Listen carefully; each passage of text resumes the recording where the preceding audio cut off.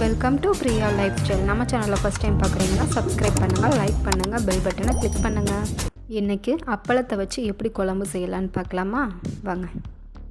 முதல்லையே அப்பளத்தை வறுத்து தனியாக எடுத்து வச்சுக்கிறணும். அதனால் எண்ணெய் அதிகமாகவே ஊற்றிக்கோங்க. எண்ணெய் நல்லா சூடானதும் அப்பளத்தை அதில் போட்டு நல்லா வறுக்கணும். நல்லா முருகலாகவே வறுத்து எடுத்துக்கிறணும். அப்போ தான் டேஸ்ட்டு கொடுக்கும் குழம்புக்கு. வீட்டில் காய்கறி எதுவுமே இல்லை அப்படின்னா இந்த மாதிரி அப்பளத்தை வச்சு குழம்பு ஒரு தடவை செஞ்சு பாருங்கள். டிஃப்ரெண்ட் டேஸ்ட்டில் இருக்கும், ரொம்ப நல்லாயிருக்கும். இப்போ அப்பளத்தை தனியாக ஒரு பாத்திரத்துக்கு எடுத்து வச்சுக்கோங்க. இதே எண்ணெயிலேயே குழம்பை தாளித்து விட்டுக்கிறலாம். அதனால் வெந்தயம் சேர்த்துக்கோங்க. வெந்தயம் நல்லா பொரிஞ்சு வரட்டும். இது கூடவே கடுகு, கருவேப்பிலை ரெண்டையும் சேர்த்துக்கலாம். கடுகு நல்லா வெடித்து வரவும் நம்ம நறுக்கி வச்சுருந்த சின்ன வெங்காயத்தை அதில் போட்டுக்கலாம். பெரிய வெங்காயம் சேர்க்காமல் சின்ன வெங்காயம் சேர்த்திங்கன்னா குழம்புக்கு நல்லா டேஸ்ட் கொடுக்கும். வெங்காயத்தை நல்லா வதக்கி விட்டுக்கோங்க. இப்போ குழம்புக்கு அரைச்சி ஊற்றுறதுக்கு என்னென்ன போடலான்னு பார்க்கலாம். இப்போ மிக்ஸி ஜாரில் சீரகம், பூண்டு, நறுக்கி வச்ச தேங்காய், தக்காளி கொஞ்சம் அதிகமாகவே சேர்த்துக்கோங்க.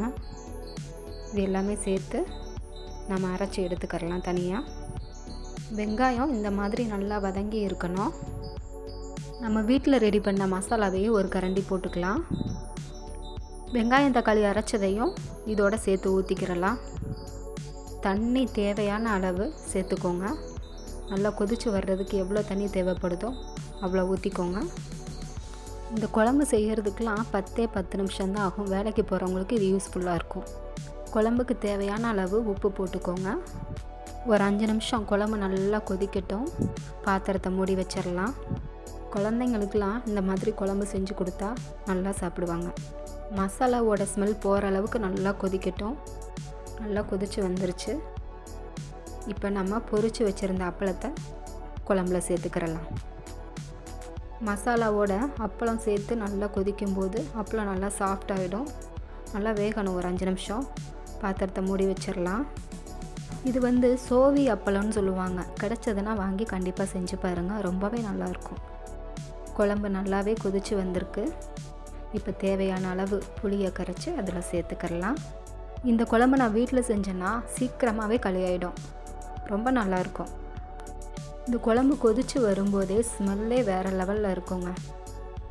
2 நிமிஷம் நல்லா கொதிக்கட்டும். மூடி வச்சிடலாம். 2 நிமிஷம் ஆயிடுச்சு. மூடி எடுத்துடலாம். ரொம்ப தண்ணியாக வைக்காமல் கிரேவி மாதிரி இந்த பதத்துக்கு வைங்க. அப்போ தான் அப்பள குழம்பு ரொம்ப நல்லாயிருக்கும். அப்பள குழம்பு சூப்பராகவே ரெடி ஆயிடுச்சு.